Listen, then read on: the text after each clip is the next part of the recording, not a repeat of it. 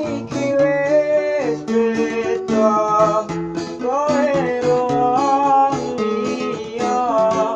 nganggapno mimpiku nyanding siramu apa kudu pasrah kahanane kudu nrimo karo putusane satenane ati iki ora lilo yen nyawang sliramu nyanding wong liya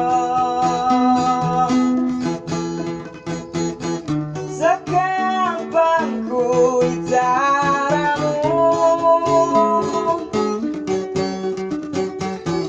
ngapusi rasa atimu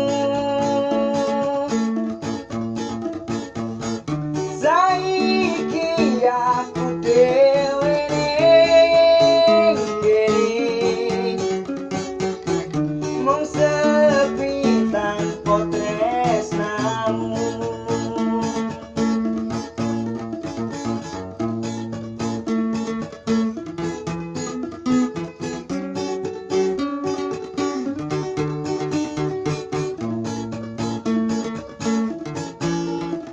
apa kudu pasrah kahanane